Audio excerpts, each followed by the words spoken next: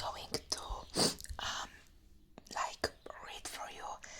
It's called Bedtime and it have 6 parts, and it will be story about childhood, like children, monsters, things like that. I think it might be just about children fears night and things like that. And rating is 9 and 0.9 of 10 from 12,700 votes. So it looks like I'm not saying that it's famous story or something, but it just looks like it's really interesting. And I found this story on website called 𝒂𝒏𝒂𝒍𝒔. Link to this story I will put in the description. And I'm really sorry about any background noise.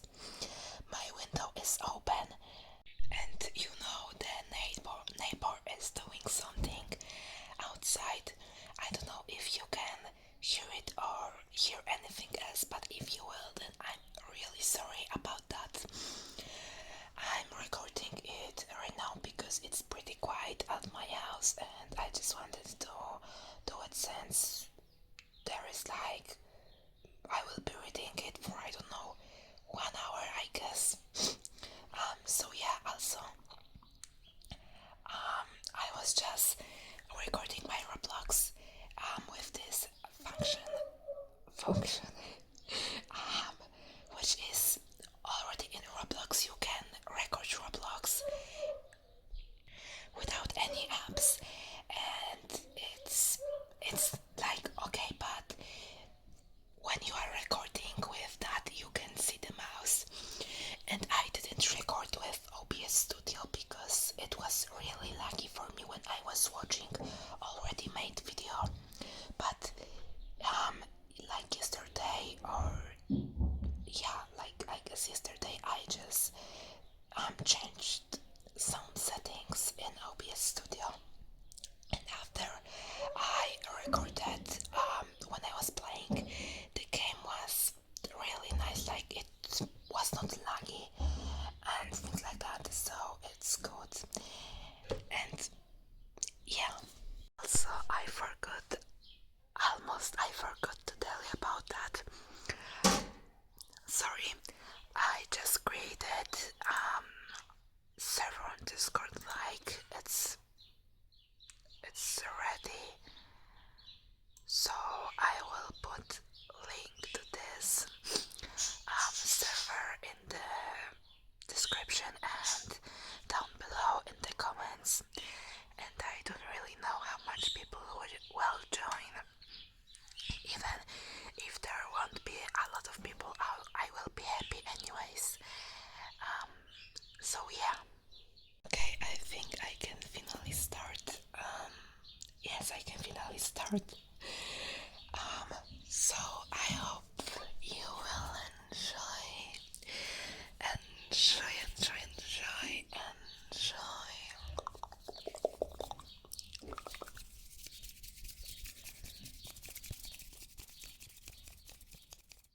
Part 1.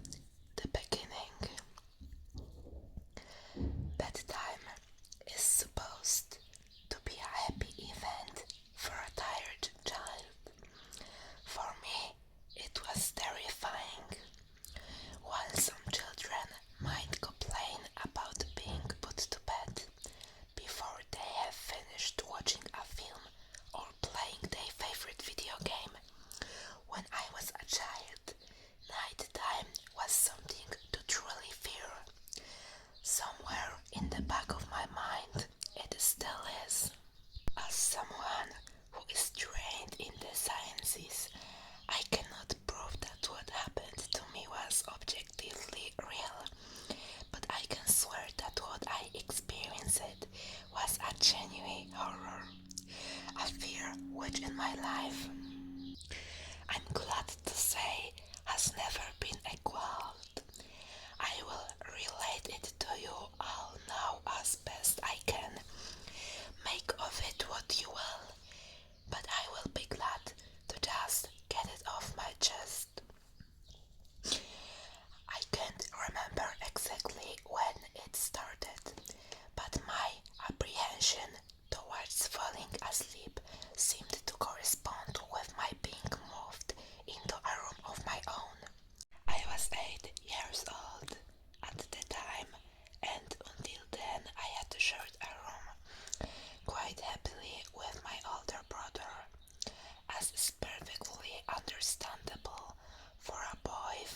years my senior, my brother eventually wished for a room of his own, and as a result, I was given the room at the back of the house.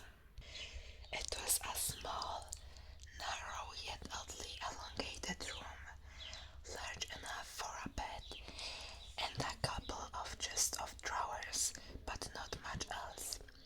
I couldn't really complain because even at that age I understood that we did not have a large house and I had no real cause to be disappointed.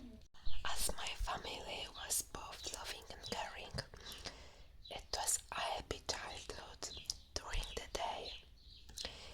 A solitary window looked out onto our back garden. Nothing out of the ordinary, but even during the day the light which crept into that room seemed almost hesitant. As my brother was given a new bed, I was given the bunk air beds which we used to share. While I was upset about sleeping on my own, I was excited at the thought of being able to sleep in the top bunk, which seemed far more adventurous to me. From the very first night, I remember a strange feeling of unease creeping slowly from the back of my mind. I lay on the top bunk, staring down at my action figures and cars strewn across the green-blue carpet, as imaginary battles and adventures took place between the toys on the floor. I couldn't help but feel that my eyes were being slowly drawn towards the bottom bunk, as if something was moving in the corner of my eye. Something which did not wish to be seen. The bunk was empty, impeccably made with a dark blue blanket tucked in neatly, partially covering two rather blunt white pillows. I didn't think anything of it at the time. I was a child, and the noise sleeping under my door from my parents' television bathed me in a warm sense of safety and well-being. I fell asleep. When you awaken from a deep sleep to something moving or stirring, it can take a few moments for you to truly understand what is happening. The fog of sleep hangs over your eyes and ears even when lucid. Something was moving, there was no doubt about that. At first, I wasn't sure what it was. Everything dark, almost pitch black, but there was enough light creeping in from outside to outline that narrowly suffocating room. Two thoughts appeared in my mind almost simultaneously. The first was that my parents were in bed because the rest of the house lay both in darkness and silence. The second thought turned to the noise, a noise which had obviously woken me. As the last cobwebs of sleep withered from my mind, the noise took on a more familiar form. Sometimes the simplest of sounds can be the most unnerving. A cold wind whistling through a tree outside, a neighbor's footsteps, uncomfortable clothes, or, in this case, the simple sound of bed sheets rustling in the dark. That was it.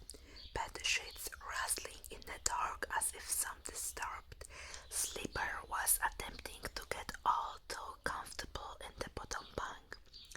I lay there in disbelief, thinking that the noise was either my imagination or perhaps just my bed cat finding somewhere comfortable to spend the night.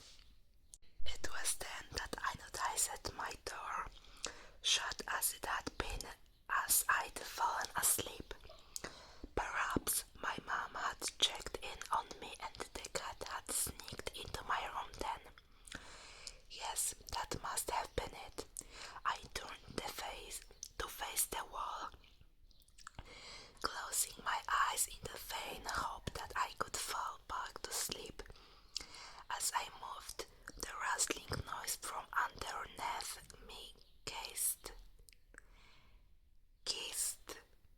I don't know how to read it.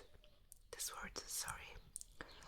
I thought that I must have disturbed my cat, but quickly I realized that the visitor in the bottom bank was much less mundane than my pet trying to sleep, and much more sinister.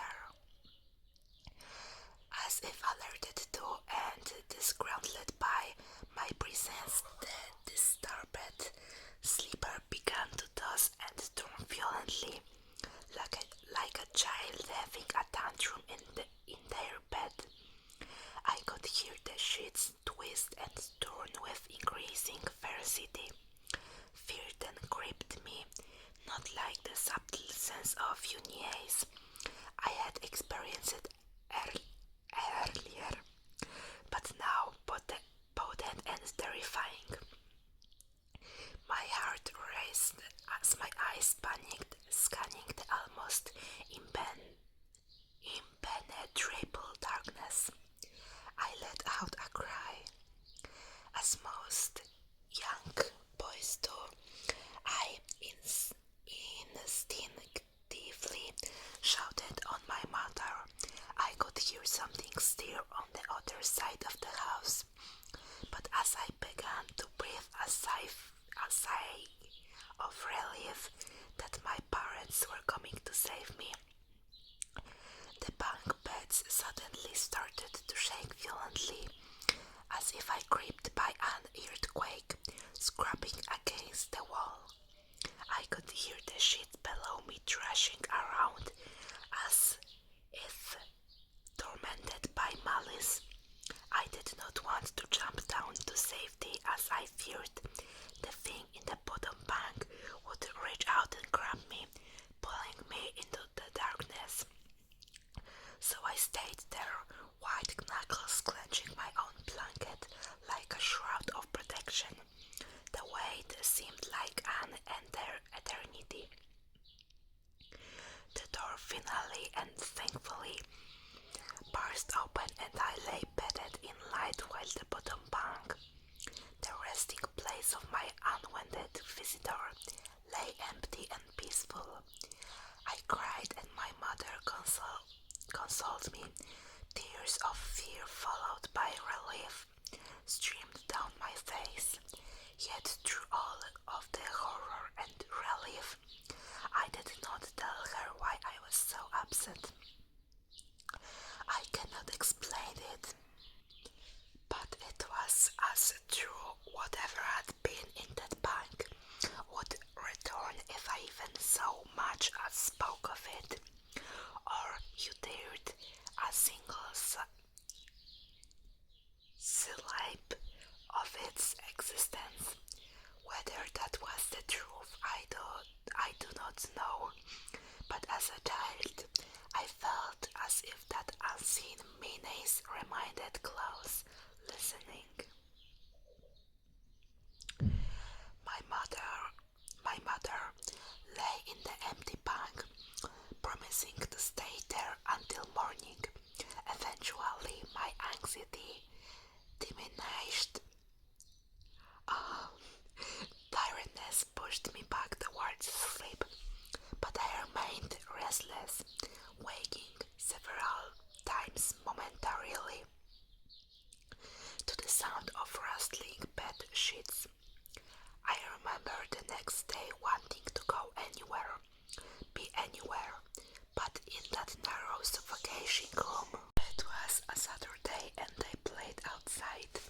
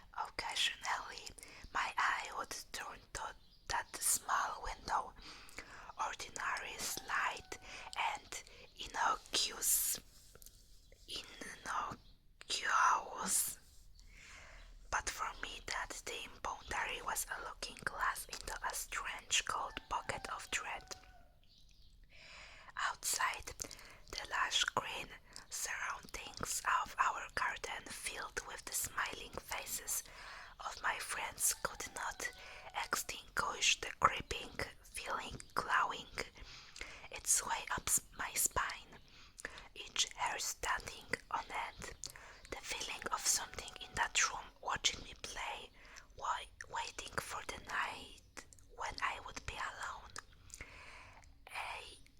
I carefully filled with hate. It may sound strange to you, but by the time my parents ushered me back into that room for the night, I said nothing. I didn't protest. I didn't even make an excuse as to why I couldn't sleep there. I simply and sullenly walked into that room, climbed the few steps into the top bunk and then waited. As an adult, I would be telling everyone about my experience, but even at that age, I felt almost silly to be talking about something which I really had no evidence for. I would be lying, however, if I said this was my primary reason. I still felt that this thing would be enraged if I so much as spoke of it. It's funny how certain words can remain hidden from your mind, no matter how blatant or obvious they are. One word came to me that the second night, lying there in the darkness alone, frightened, aware of a rodent change in the atmosphere, a thickening of the air as if something had displaced it. As I heard the first casual twists of the bed sheets below, the first anxious increase of my heartbeat, at the realization that something was once again in the bottom bunk, a word which had been sent into exile, filtered up through my consciousness, breaking free of all repression, gasping for air, screaming, etching and carving itself into my mind. Ghost. As this thought came to me, I noticed that my unwelcome visitor had ceased moving. The bed sheets lay calm and dormant, but they had been replaced by something far more hideous. A slow, rhythmic, rasping breath heaved and escaped from the thing below. I could imagine, I don't know. It's just rising and falling with each sordid, wheezing and garbled breath. I shuddered and hoped beyond all hope that it would live without occurrence. The house lay as it had the previous night, in a thick blanket of darkness. Silence prevailed, all but for the perverted breath of my as yet unseen bunkmate. I lay there terrified. I just wanted this thing to go, to leave me alone. What did it want? Then something unmistakably chilling transpired.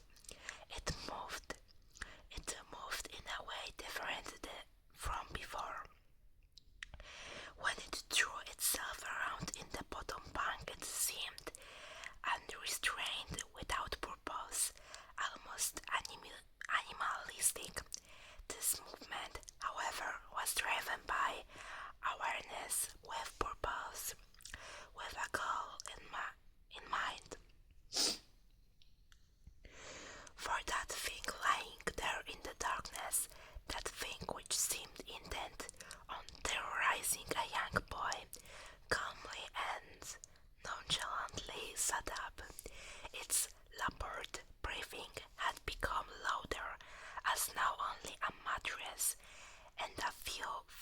see wooden slats separated my body from the unearthly breath below. I lay there, my eyes filled with tears, a fear which mere words cannot relate to you or anyone else, coursed through my veins. I would not have believed that this fear could have been heightened, but I was so wrong. I imagined what this thing would look like, sitting there listening from below my mattress, hoping to catch the slightest hint that I was awake. Imagination then turned to an unnerving reality. It began to touch the wooden slats which my mattress sat on. It seemed to caress them carefully, running what I imagined to be fingers and hands across the surface of the wood. Then, with great force, it brought angrily between two slats into the mattress. Even through the padding, it felt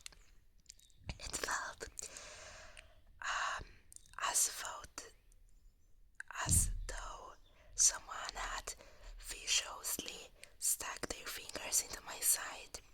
I let out an unmeaning cry, and the whizzing, shaking and moving thing in the bank below replied in kind by violently vibrating the bank as it had done the night before.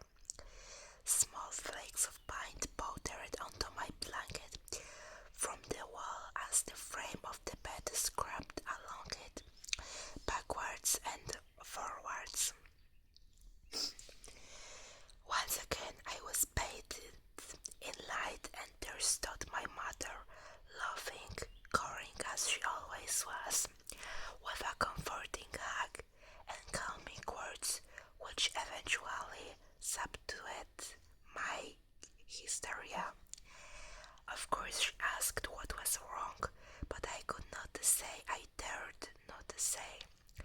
I simply said one word over and over and over again: nightmare.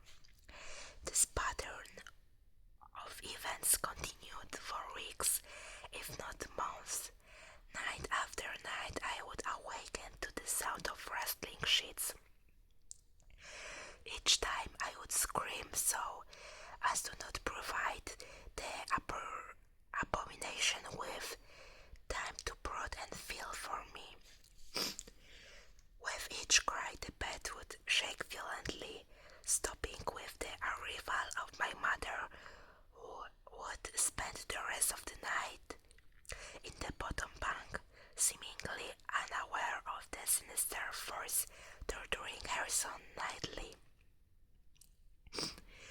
Along the way, I managed to feign illness a few times and to come up with other less than truthful reasons for sleeping in my parents' bed.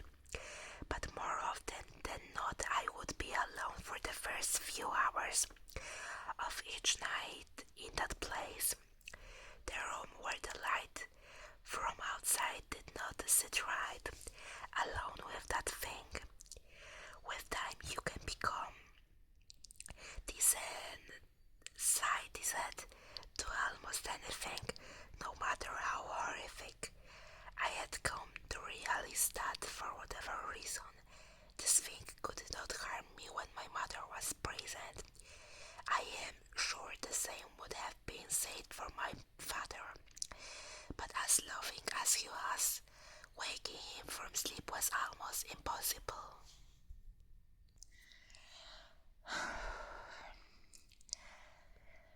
After a few months, I had grown accustomed to my nightly visitor. Do not mistake this for some unearthly friendship. I detested the thing. I still feared it greatly, as I could almost sense its desires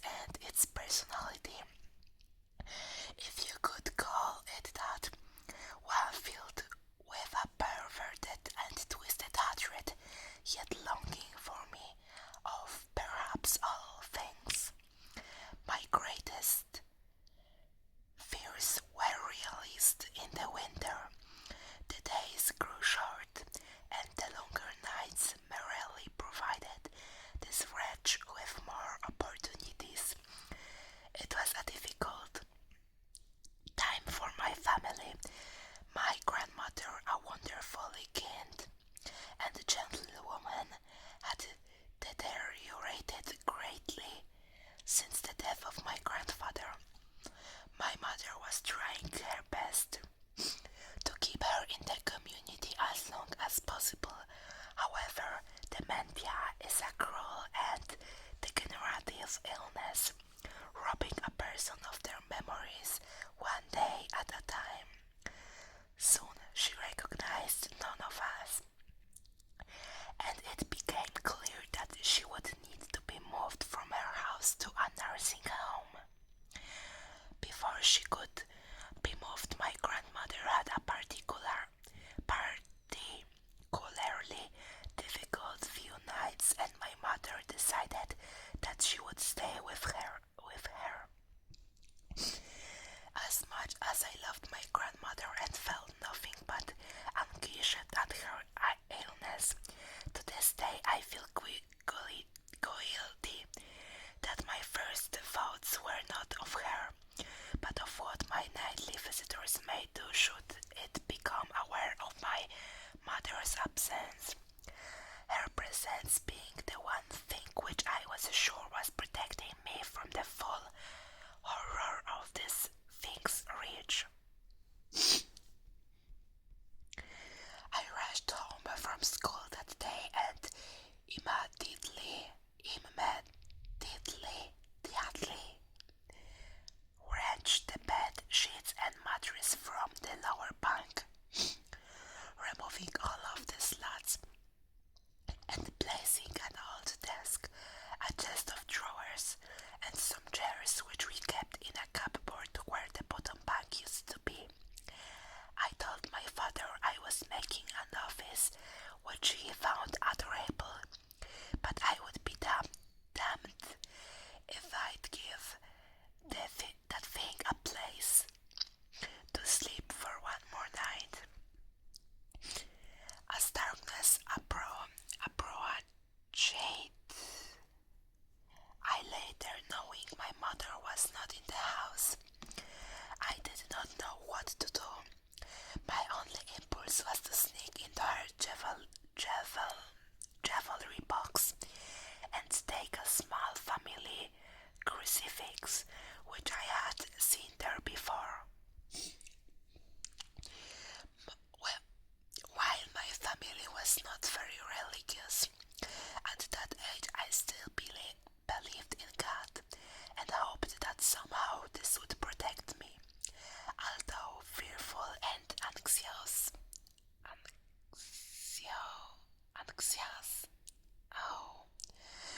While gripping the crucifix under my pillow tightly in one hand.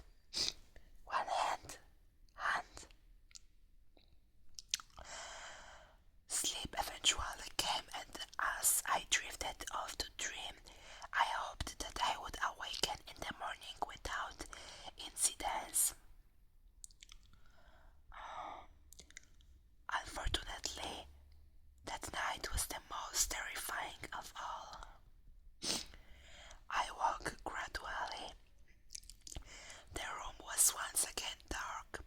As my eyes adjusted, I could gradually make out the window and the door and the walls, some toys on a shelf, and even to this day I shudder to think of it, for there was no noise, no rustling of sheets, no movement at all. The room felt lifeless, yet not empty.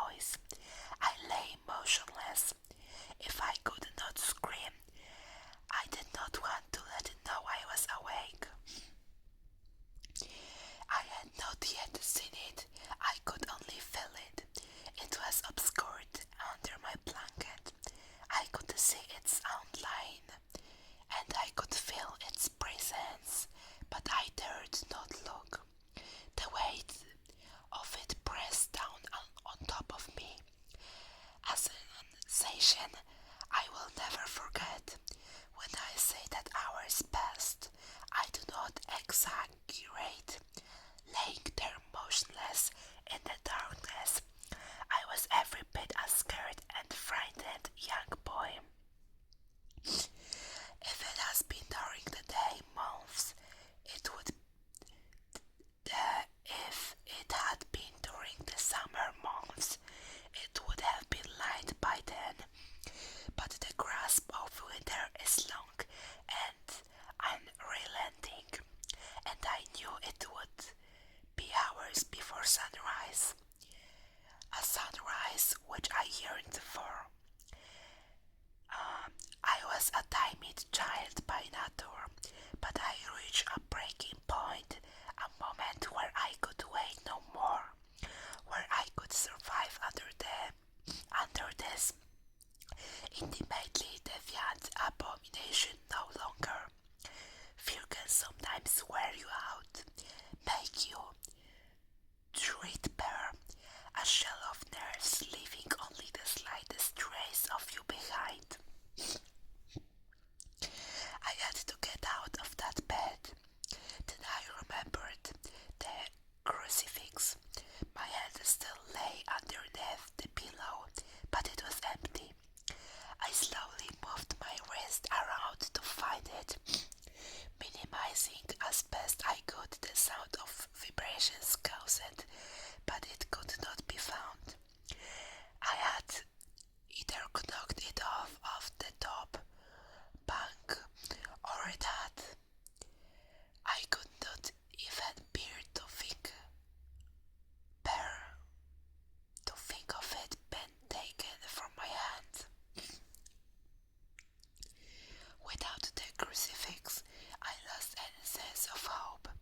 Even at such a young age, you can be acutely aware of what death is, and intensely frightened of it.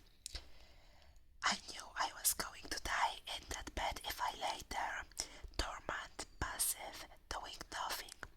I had to leave that room behind, but how? Should I leap from the bed and hope that I make it to the door? What if it is faster than me? Or should I slowly slip out of the bank, hoping to not disturb my uncanny bedfellow? Realizing that it had not stirred when I moved, trying to find the crucifix, I began to have the strangest of thoughts. What if it was asleep?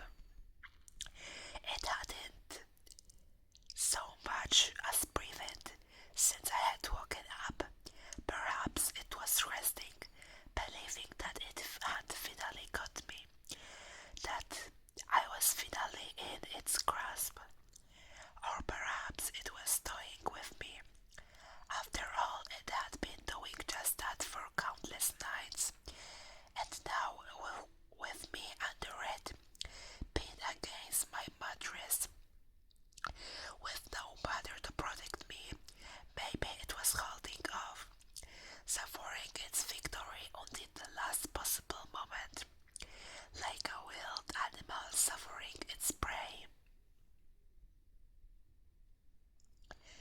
I tried to breathe as shallowly as possible, and mustering every ounce of courage I could, I reached over slowly with my right hand and began to peel the blanket off me. What I found under those covers almost stopped my heart. I did not see it, but as my hand moved the blanket, it brushed again against something smooth and cold, something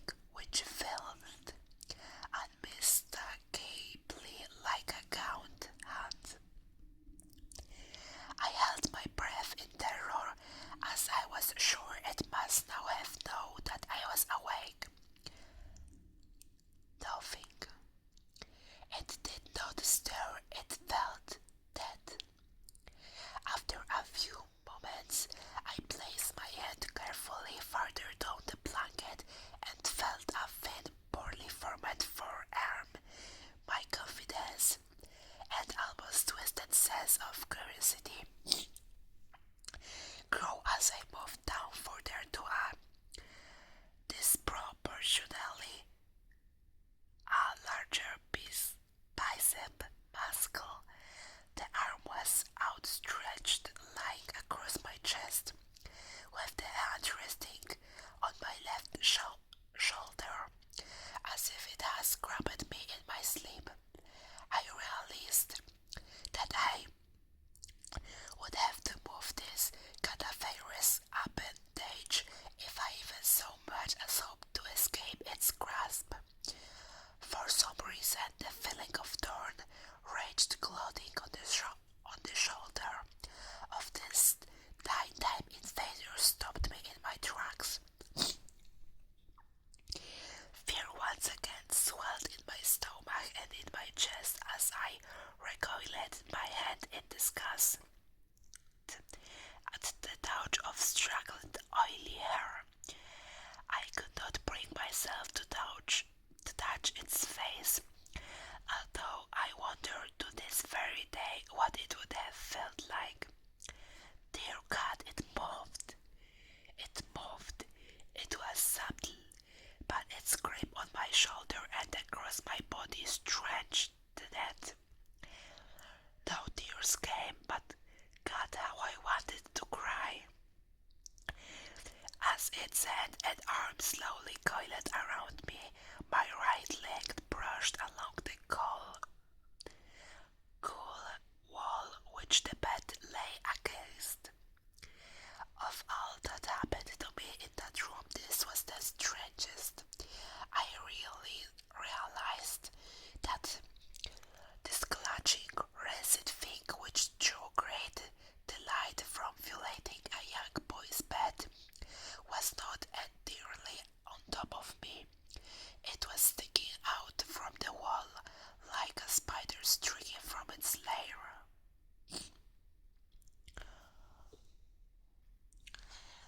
Suddenly, its grip moved from a slow tightening to a sudden squeeze. It pulled and clawed at my clothes as if frightened that the opportunity would soon pass. I fought against it, but its emaciated arm was too strong for me. Its head rose up, writhing and contorting under the blanket. I now realized where it was taking me, into the wall. I fought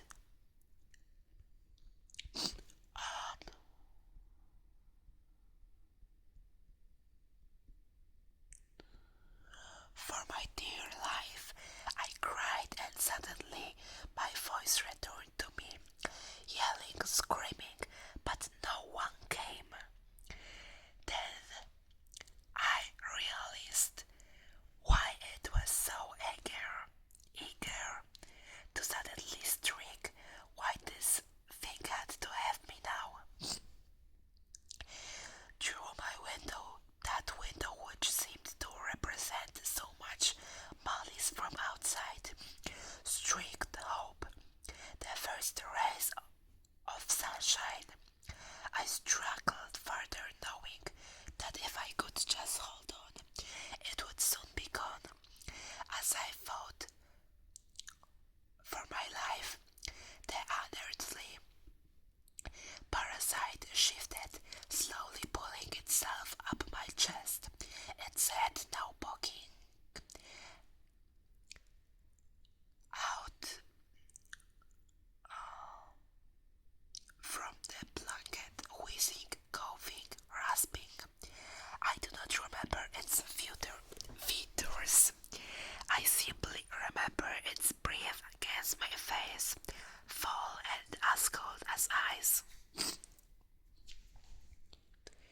As the sun broke over the horizon, that dark place, that suffocation room of contempt, was washed, bathed in sunlight. I passed out as its crowny fingers and seriously my neck squeezing the very life from me. I awoke to my father offering to make me some breakfast, a wonderful sight indeed. I had survived the most horrible experience of my life until then, and now I moved the bed away from the wall, leaving behind the furniture. I had believed it would stop that thing from taking a bed. Little did I think that it would try to make mine and me. Weeks passed without incidents, yet on one cold, frostbitten night I awoke to the sound of the furniture, where the bunk beds used to be, vibrating violently. In a moment it passed. I lay there sure I could hear a distant wheezing coming from deep within out the wall, finally fading into the distance. I have never told anyone this story before. To this day I still break out in a cold sweat at the sound of bed sheets rustling in the night, or a whiz brought on by a common cold, and I'd certainly never sleep with my bed against a wall. Call it superstition, if you will, but as I said, I cannot discount conventional explanations such as sleep paralysis, hallucination, or that of an overactive imagination. But what I can say is this: the following year I was given a larger room on the other side of the house, and my parents took that strangely suffocating